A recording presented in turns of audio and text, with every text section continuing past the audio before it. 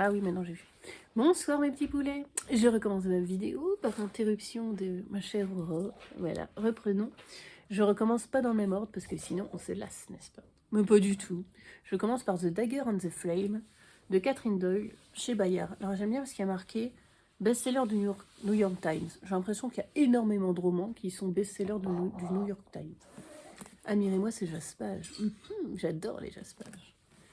The Dagger and the Flame. Alors, j'ai pas pris toutes mes notes, évidemment. Nous sommes à Fantasma. Il y a les capes et leurs ennemis, les dagues. Les capes sont des voleurs, les dagues, des assassins. Et nous avons donc Séraphine.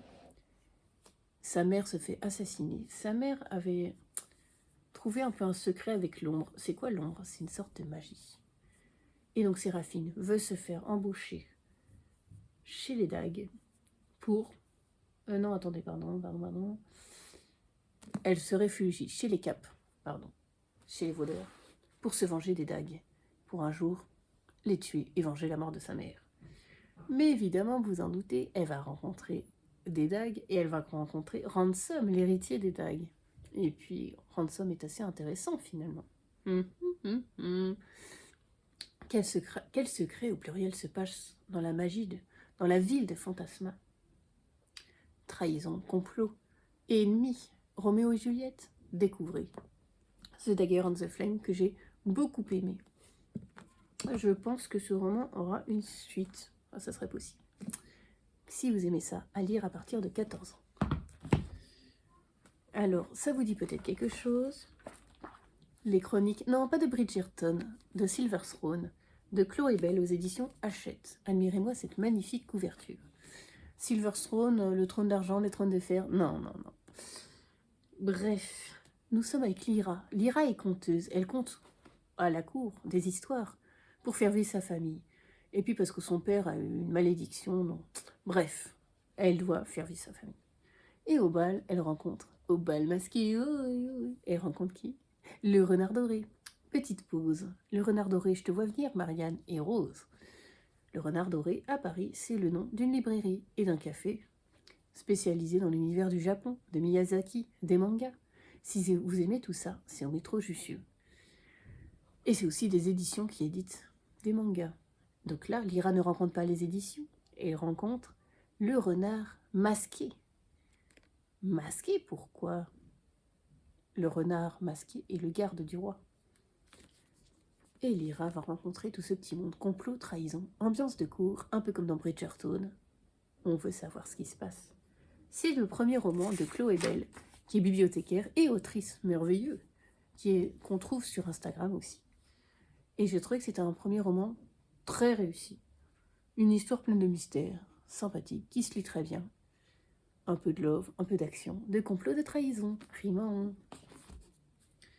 Alors, je vous parlais du masque. Petit thème du masque, mais oui, puisque Rose vous a habitué, grâce à Rose, pardon, je fais le thème du masque. Premier thème, premier film, L'homme au masque de fer. The Man with the Iron Mask. Admirez-moi mon anglais. Oui, admirez mon anglais, plutôt pas admirez-moi mon anglais. Film avec Leonardo DiCaprio, Gabriel Byrne, Depardieu, etc. Nous sommes au temps de Louis XIII, si je dis pas de bêtises. Et puis un mystérieux prisonnier masqué depuis des années. Un masque de fer qui le bloque, qui ne peut pas l'enlever. Depuis des années, les mousquetaires font évader cet homme au masque de fer. Qui est-il? Et pourquoi le roi Louis XIII, justement, est infernal, odieux? Pourquoi y aurait-il ce prisonnier? Réponse 1, ce serait un jumeau caché. Réponse 2, ce serait un ennemi de la couronne. Ça peut être les deux. Réponse 3, une soirée masquée qui a mal tourné. Réponse 4, on ne sait pas. Eh bien, c'est un mystère de l'histoire avec un grand H. Il y a eu plusieurs théories sur ce mystérieux prisonnier masqué. Plusieurs options, on ne sait pas vraiment. Bref, un très bon film avec des très bons acteurs. J'aime beaucoup. Le masque de Zorro. Avec un Z comme Zorro. Mais oui, le héros masqué. Dans le masque de Zorro, nous avons Catherine Zeta-Jones, qui a été découverte un peu à l'occasion de ce film. Magnifique. Antonio Banderas, voilà, dans le rôle de Zorro jeune, et Anthony Hopkins, le vieux Zorro, qui va former son héritier sans remplaçant. D'ailleurs, je compte lire la biographie d'Anthony Hopkins, qui a l'air très bien. C'est un acteur que j'aime beaucoup dans tous ses films, qui a environ 80 ans et plus, qui joue divinement bien. Je pense que sa biographie va nous apprendre beaucoup de choses. Le livre Né de cuir de Jean de la Vérande. Donc c'est une vieillerie, hein, Jean de la Vieillerie, pardon. J'ai pris ce livre dans les réserves de bibliothèque. Cet homme a un masque sur le nez. Alors, et un collègue qui a dit il a un string sur le nez. Pas très chic. Ma marraine m'avait offert ce roman quand j'avais 10 ans. Et je pense que j'étais un peu petite pour le lire, je ne l'ai pas lu. Même si je lisais déjà beaucoup, je pense que c'est un roman qui se lit plutôt à l'âge de 13-14 ans. J'ai décidé de l'emprunter pour le thème du masque et pour retenter la lecture. Pourquoi cet homme a un string sur le nez? Enfin, pardon, un masque. Un classique du genre. Vous connaissiez? Un autre masque. Batman Begins, le film Batman. Christian Bale, main sur le cœur. Michael Caine, qui fait le majordome Alfred, le majordome de la famille de Batman. Gary Oldman, qui fait le flic, je crois. Nous sommes à Batman City, non, comment ça s'appelle? Gotham City, voilà, la ville corrompue. Je crois que c'est associé à Los Angeles dans la vie. Il nous faut un super-héros. Et le petit, je ne sais plus son nom, le petit Batman, mais avant qu'il s'appelle Batman, bref, voit ses parents riches et influents dans cette ville assassinés quasiment sous ses yeux. Désormais, il prépare sa revanche avec son majordome Alfred. Et un jour, il aura le masque de Batman et tous les gadgets. Vous avez peut-être aimé l'autre Batman avec... Ah, le mec de Shining, bref. Vous voyez quoi?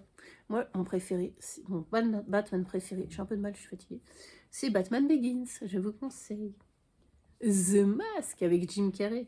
Je vous en parlais la dernière fois.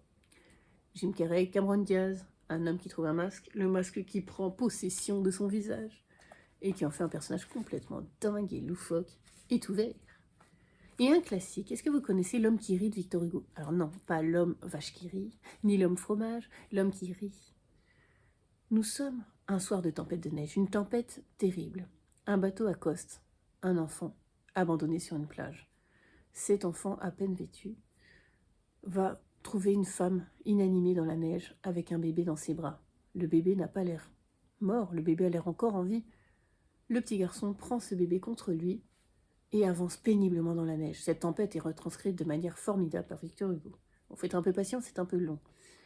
Et heureusement, l'enfant s'écroule près d'une caravane, la caravane de Ursus, qui est un forain, qui vit avec son loup, Homo. L'homme et le loup, et finalement, le loup s'appelle Homo, l'homme, et l'homme s'appelle Ursus, l'ours. C'est assez drôle. Et cet homme bourru, cet homme qui vit tout seul, va prendre en charge ses enfants.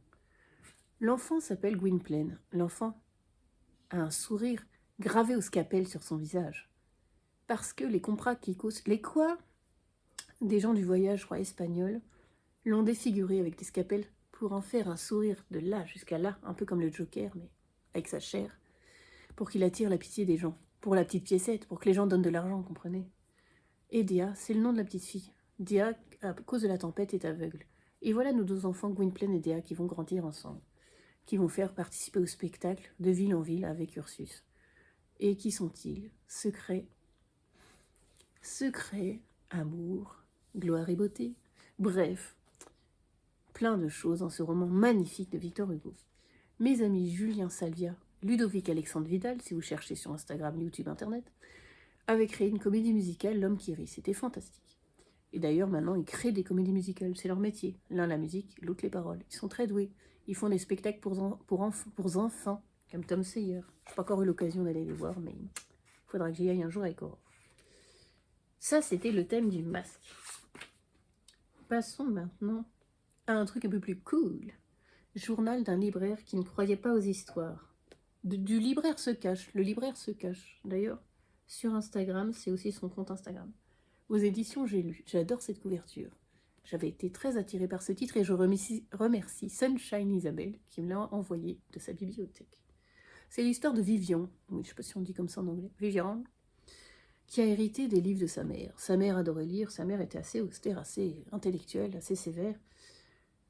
Et en partant, enfin, après sa mort, Vivian a hérité tous ses livres et s'est dit bah, je vais écouler tout le stock. Donc, je vais faire une librairie, je vais ouvrir une librairie. Mais Vivian, il n'aime pas spécialement les livres, donc il n'organise pas sa librairie, il essaie des piles de trucs dans tous les sens. Peu à peu, les gens s'y intéressent. Et peu à peu, c'est les gens qui vont le rendre libraire, malgré lui presque. Il y a la jeune ado qui passe, qui aime bien lire, qui est assez tranquille. Et puis. Et on découvre tous ces petits univers, et petit à petit, Vivian va s'intéresser aux gens et aux livres qui vont. Et quand le stock sera écoulé, alors, qu'est-ce qu'il va faire? J'ai adoré ce roman. C'est vraiment un coup de cœur. C'est un hommage au livre, un hommage aux librairies. C'est très drôle. C'est très bien fait. D'ailleurs, il y a un passage que je vais vous lire où la mère de Vivian, qui n'est pas très fun avec son fils, qui est assez austère, lui offre un cadeau qu'elle trouve merveilleux. Une carte de bibliothèque. J'ai toujours possédé des carnets. Moi aussi, j'adore ça. C'est ma mère qui m'en a offert à chaque anniversaire, à chaque Noël depuis mes 6 ans. C'est même le premier cadeau dont je me souvienne. Moi, je pensais que c'était pour dessiner, j'avais une passion pour le dessin. Pour quelle autre raison le Père Noël pourrait-il bien déposer l'équivalent de dizaines de feuilles blanches au pied du sapin? Quand je lui ai posé la question, ma mère m'a répondu que c'était pour que j'y note mes lectures. J'allais très bientôt apprendre à lire, alors autant être paré. Tu verras, mon grand, tu me remercieras. Ah, et il faut aussi qu'on parle de cette histoire du Père Noël. L'année suivante, j'ai trouvé au pied du sapin une carte plastifiée. Désormais, c'est ton bien le plus précieux, m'a-t-elle expliqué. Une porte d'entrée vers une multitude d'univers. Ça sonnait comme une promesse très mystérieuse et très excitante à mes oreilles. Je m'imaginais déjà à bord d'un vaisseau supersonique ou chevauchant des dinosaures, mais gentils les dinosaures, j'avais du goût relatif pour l'aventure. Je ne savais pas qu'elle avait ce genre de carte magique à disposition. Elle était forte, ma maman. C'est une carte de la bibliothèque. Ses yeux brillaient. Je ne l'avais encore jamais vue animée d'une telle passion. Ma mère était plutôt du genre force tranquille à cette époque, même si elle s'était adoucie avec le temps. En tout cas, de mon côté, l'excitation est redescendue aussi sec. Ça ne semblait pas très magique, plutôt horriblement ennuyeux et terre à terre. Elle a continué de m'en faire l'article. Tu vas pouvoir emprunter jusqu'à 10 livres à la fois, tu te rends compte? Tu auras juste à te servir selon tes envies. Tout ça grâce à cette carte. J'aurais aimé y avoir accès, moi, à ton âge. Je ne sais pas si tu te rends compte de la chance que tu as. Oui, maman, merci. J'y suis allée le lendemain, poussée dans le dos, enfin sommée de rapporter autant de livres que je pourrais emporter, puisque la bibliothèque s'est située à quelques centaines de mètres de la maison. Je suis rentrée bredouille. J'en avais pas conscience derrière mes yeux d'enfant, mais il y avait de la déception et de la tristesse sur son visage quand elle s'en est rendue compte. Même si elle n'a rien dit d'autre que « C'est pas grave, tu trouveras peut-être autre chose la prochaine fois que tu iras » en me caressant doucement la tête. Le moins que l'on puisse dire, c'est que la prochaine fois en question a été mémorable. Le début d'une découverte de la culture. Je vous conseille d'aller en bibliothèque, je suis bibliothécaire, ou en librairie si vous préférez. Bref, de découvrir les livres. Ça vous fait vivre 1000 vies, c'est magique, comme dit la mère de Vivian. Un livre à découvrir. Ou pour les adultes, je n'ai pas besoin de préciser. Passons ensuite à un coup de cœur que j'ai lu très récemment. Est-ce que j'ai noté quelque chose? Non, évidemment, ce serait trop drôle. Une histoire d'ours d'Eowyn Ivey, aux éditions Gallmeister. Alors, ils ont sorti une nouvelle couverture au Gallmeister, mes collections totem, donc format poche magnifique. Je ne vous l'ai pas mise là, mais bon, vous chercherez sur Internet. Nous sommes avec Birdie, qui élève toute seule sa fille, qui s'appelle Emmeline en Alaska. Couverture, monde sauvage. Et un jour, sa fillette se perd dans les bois. Birdie est stressée en disant « Mais où est-ce qu'elle est partie? C'est un monde sauvage, il n'y a rien. Comment elle va s'en sortir ?» Et finalement, c'est Arthur, une espèce d'homme taciturne, sauvage, qui a retrouvé l'enfant et qui va le ramener à Birdie. Et c'est le début où Birdie et Arthur vont se fréquenter. Mais est-ce qu'on fréquente vraiment Arthur? C'est un homme sauvage qui disparaît pendant des jours entiers, qui grommelle les trucs. Très étrange. Un roman sauvage, puissant, un hymne à la nature, aux animaux. Bon, si vous allez au Canada ou à la montagne, il faut absolument lire ce livre. En même temps, c'est trop bien. Un roman puissant comme sait le faire Gallmeister pour nous emmener dans des contrées sauvages. Ici, c'est l'Alaska. À la découverte de Birdie, Emmeline et Arthur et cette histoire d'ours. Un roman que j'ai dévoré, comme du miel qui dévore des rayons de miel, de 465 pages environ. Gallmeister, pour moi, c'est souvent gage de qualité et de réussite. Si vous aimez les grands espaces, la nature, les belles écritures, le beau style, lisez Eowyn Ivey. Eowyn, oui, Marianne, je te vois venir. C'est le nom du personnage dans Le Seigneur des Anneaux. Et une petite pause goodies, vous fatiguez déjà? Ah ben bravo. Vous connaissez ça, les roses des sables au chocolat? Ça se vend. Ah, j'ai toujours envie de dire entre Ikea et Picard, je pense toujours aux deux en même temps. Parce que j'adore ces lieux. Ah, Picard surgelé. Ça se fait aussi, hein. C'est genre des céréales avec du chocolat et tout. Vous savez faire ça, vous? Et sinon, ma bougie estivale, puisque nous sommes d'ailleurs au mois de juin. Je vous souhaite un bon mois de juin. L'été approche bientôt, mon anniversaire aussi, on s'en fout. Ici, c'est une bougie, alors si je me souviens de mémoire, c'est genre melon, note aquatique, et je ne sais plus. Mais ça sent le frais, ça sent le melon.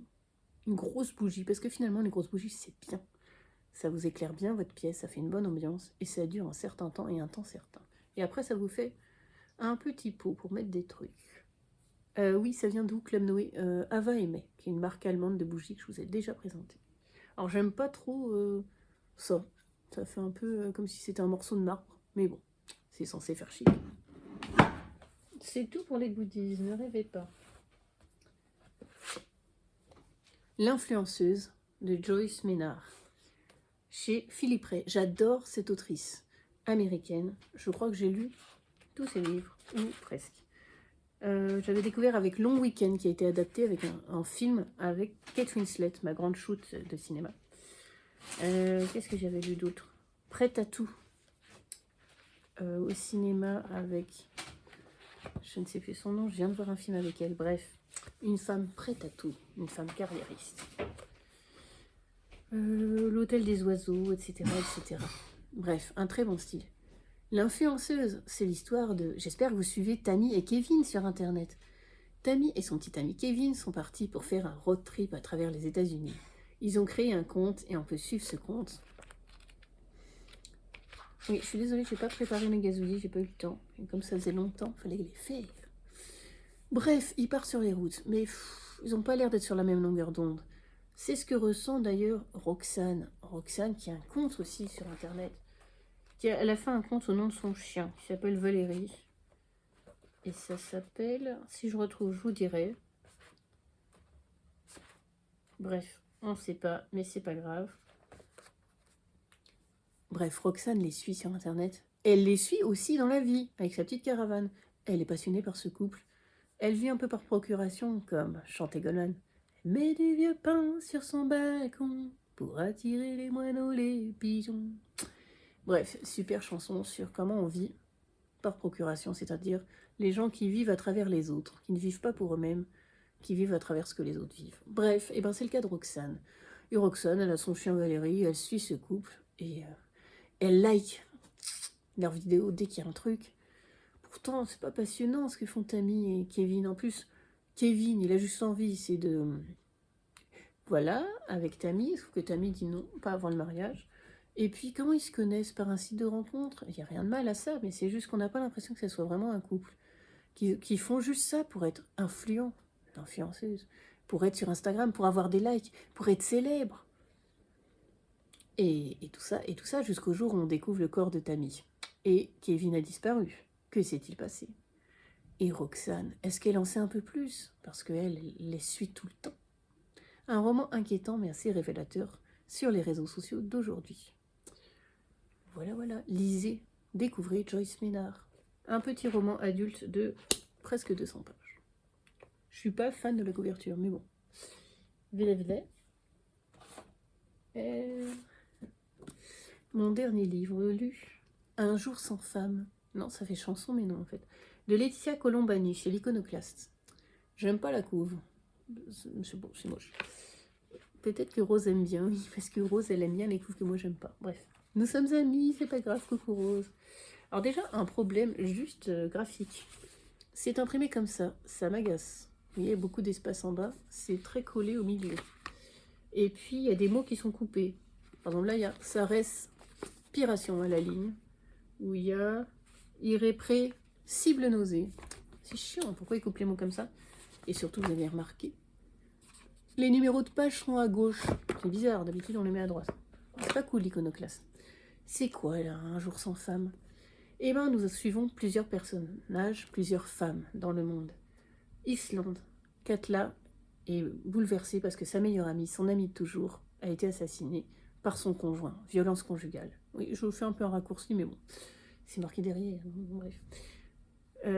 Au Japon, nous suivons Michiko, qui est enceinte, qu'en peut plus, qui subit du harcèlement, qui fait tout ce qu'elle peut pour son entreprise, et c'est jamais assez, et on exige encore plus, et on piétine ses droits, et on piétine sa condition de femme enceinte. Bref, elle en peut plus. Au Sénégal, Awa est médecin. Et puis, il se passe des réalités terribles en Afrique. L'excision des petites filles, etc., etc. Qu'est-ce qu'elle peut faire? Pourquoi ça la concerne? Pourquoi est-elle si troublée par ce qui se passe en Afrique? Et on a qui? Anna Maria, qui est au Salvador, qui est un pays assez violent. Sa fille est ouvrière à l'usine, elle trime comme un chien. Et sa fille Esperanza a été emprisonnée pour avoir avorté ou fait une fausse couche. Enfin, bref, tout va tellement vite. Esperanza a environ 17 ans. Est-ce qu'elle va pouvoir sortir de ces prisons salvadoriennes où on sait que les conditions de vie sont les plus terribles au monde? Et puis c'est les guerres des gangs, les cartels là-bas. Cette pauvre Anna Maria, quand elle a 1 minute de son temps libre, elle achète des produits d'hygiène pour sa fille, pour aller la voir.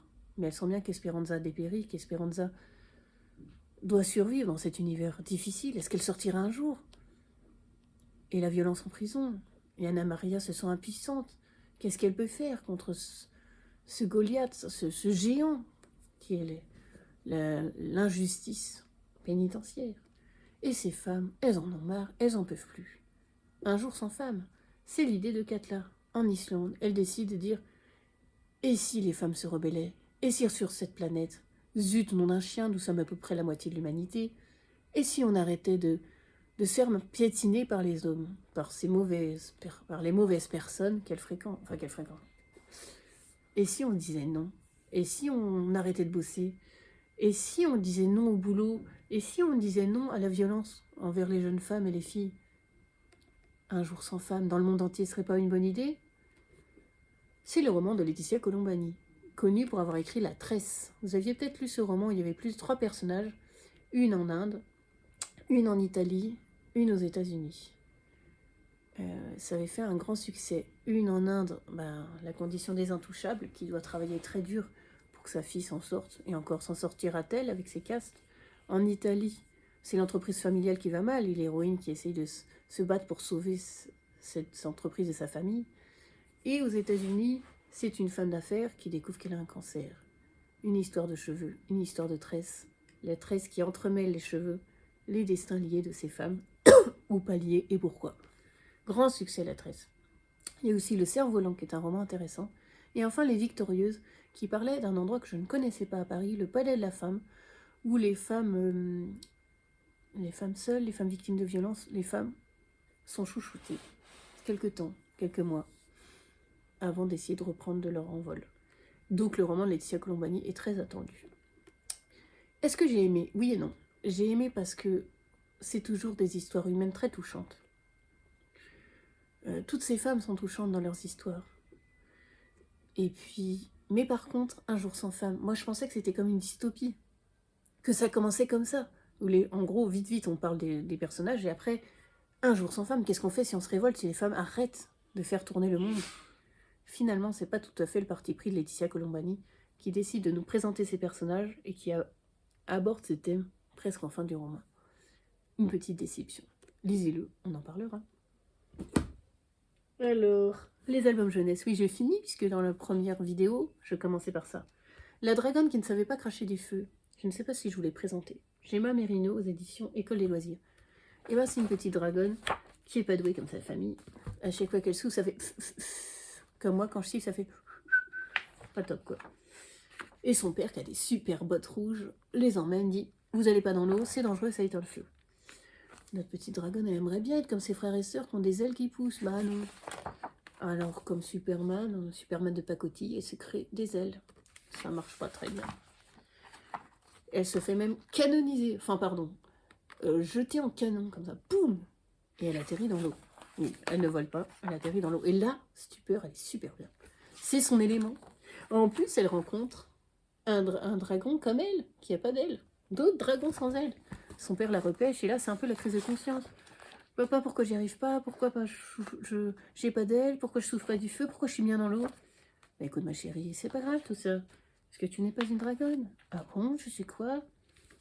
Tu es ma petite crocodile d'amour et je t'aime. Parce que Souris a mélangé les œufs. Un album traitant pour assumer ce qu'on est avec ses forces et ses faiblesses. À lire à partir de 3 ans. Vous connaissez Marvin? Oui. Une maison pour Marvin, de Claire de Gastold. Aux éditions École des loisirs. Marvin, mais oui, vous connaissez. Si vous êtes né comme moi dans les années 80, ou si vous avez vu Maman, j'ai raté l'avion, c'est l'histoire du bandit qui s'appelle Marvin, le pote tout fin de l'autre bandit qui a la dent qui brille, et qui vont attaquer la maison de Kevin, alors que toute la famille est partie en voyage en l'ayant oublié. Mais là, c'est pas Marvin le bandit, c'est Marvin le chien jaune, et Marvin le chien démesuré. Et ben, c'est compliqué quand on est démesuré de se trouver un appart, comme quand on est très grand, de rentrer dans le métro ou d'avoir de la place pour ses jambes. En plus, l'immobilier coûte cher, donc Mona, la petite fille, sait pas trop comment trouver un endroit pour Marvin. Où trouver un endroit? En plus, les 237 locataires lapins ne veulent pas de Marvin sous la terre. Et sur terre, c'est mieux. Dans les arbres, il y a un petit gars qui dit « Moi j'aime bien Marvin, on le prend. » Ok, Mona s'en va. Et dans la forêt, elle croit qu'il y a des Marvin qui arrivent. C'est pas des Marvin, c'est des loups, des chiens monstrueux. Et Marvin arrive pour défendre son ami. Et Marvin s'élance et Marvin saute dans le vide. Mon Dieu, Marvin, que fais-tu? Marvin a des ailes. Ça serait trop bien pour aller au boulot, d'aller sur le dos de Marvin, d'éviter le métro et les autres grandes filles. Et Marvin va se trouver un appartement chez des vieux qui ont des cheveux en pointe et qui ont l'air assez gentils, ma foi. Alors, je vous en prie, soyez solidaires. Pas de touche. Rachel Bright et Jim Field, aux éditions Gauthier-Langros. C'est l'histoire de la cigale et de la fourmi. Nous sommes avec 2 écureuils. L'un n'a rien foutu, n'a fait aucune provision pour l'hiver. L'autre, toutes les provisions de la terre, mais il leur manque la pomme de pin, avec un grand L et un grand P. Et c'est la lutte à la mort. Nos 2 héros, Max et Simon, se battent comme des chiens. Simon, coucou Simon. Et là, vous sentez, comme dans Scrat l'écureuil de l'âge de glace. Eh ben non, ça tombe dans l'eau, il n'y arrive pas. Et après, un super aigle royal ou un truc comme ça l'emporte dans les cieux. Ils sont dégoûtés. Surtout qu'ils sont dégoûtés parce qu'ils n'ont pas vu une chute d'eau. Et que voilà, ils sont en train de... C'est la piste quoi. Heureusement, Max agrippe Simon. Parce que quand même, soyons un peu sympas. Et là, ils se rigolent bien parce qu'ils ont des tronches de cake tout trempées. Ils se disent finalement, au lieu de se battre, on aurait eu la pomme de pin si on s'était associés. Alors, comme dans Astérix, ils font un petit banquet. Parce que les amis, finalement, faut s'entraider dans la vie. À partir de 3 ans. Quelle série je regarde en ce moment? Je finis HPI saison 5. Merci Corinne, qui me l'a envoyé avec Audrey Fleurot et Mehdi Nebou. HPI au potentiel intellectuel. C'est l'histoire d'une femme de ménage, de Morgane. Et un jour, elle résout une enquête des flics, quand elle fait le ménage le soir dans le bâtiment. Et les flics trouvent ça plutôt bien. Elles trouvent qu'ils ont plutôt du talent. Ils l'embauchent comme consultante. Sauf que Morgane a un style pas possible, un franc-parler, une famille complètement dingue. C'est le début des ennuis, en tout cas c'est le début des enquêtes. Et on rigole vachement bien. Saison 5, je vous conseille. Les 5 saisons. Et je finis. Qu'est-ce que je vais lire bientôt? Oui, Corinne, coucou, m'a donné ce cadeau d'anniversaire en avance, le Graal. The Things Gods Break, les choses que les dieux cassent. Avant c'était... mince. Je ne sais plus, le tome 1 que j'ai lu la dernière fois. Le tome 1, je l'ai lu au mois de décembre. Et donc je savais qu'au mois de mai sortait le tome 2. Ah oui, c'était The Game Gods Play, le jeu que les dieux jouent. De Abigail Owen, chez Hugo Poche. C'est un bon pavé, hein. Ça fait, mes petits-enfants, presque 700 pages. Dans le tome 1, nous sommes entre Hunger Games et Percy Jackson, entre dystopie et mythologie. Les dieux de l'Olympe ont décidé qu'ils ne s'affrontaient plus les uns les autres, mais qui choisissaient des candidats qui les représentent pour s'affronter à leur place. Et donc nous suivons Lyra, je crois encore, si je dis pas de bêtises. Et Lyra a une copain, un protecteur ou un tyran. En tout cas, c'est Hadès qui l'a embauchée pour qu'elle se débrouille. Et c'est quand même assez compliqué. J'avais fini le tome 1 complètement à cran. Et j'ai hâte de lire ce tome 2. Et oui, Corinne, je te l'envoie après pour que tu le lises. Et enfin, c'est récupéré La Sirène des Cornouailles, Linda Wilgus, édition Charleston. Vous connaissez mon amour des éditions Charleston. Mon amour des sirènes. Cornouailles 1800. Ruinée et veuve depuis peu, Isabelle retourne sur la côte sauvage où elle a été trouvée enfant rejetée par l'océan.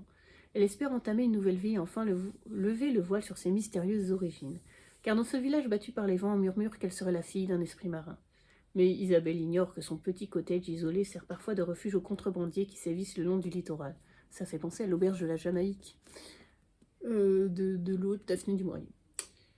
Une nuit, un homme grièvement blessé frappe à sa porte. En décidant de le sauver, Isabelle attire sur elle les dangers du trafic clandestin et l'attention d'un redoutable officier des douanes.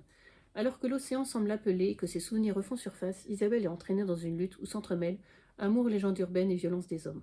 Pour sauver ce qu'elle aime, elle devra accepter ce qu'elle a toujours redouté, sa véritable nature. Linda Wilgus signe une fresque envoûtante entre mythe, amour et tempête. Oui, Corinne, je te le prêterai. Ça a l'air bien. Bah écoutez mes petits poulets, j'ai beaucoup parlé.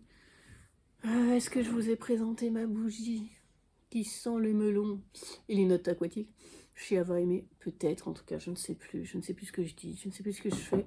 Il est temps de voir ma petite série, Les Meurtres Zen. J'en parlerai une prochaine fois.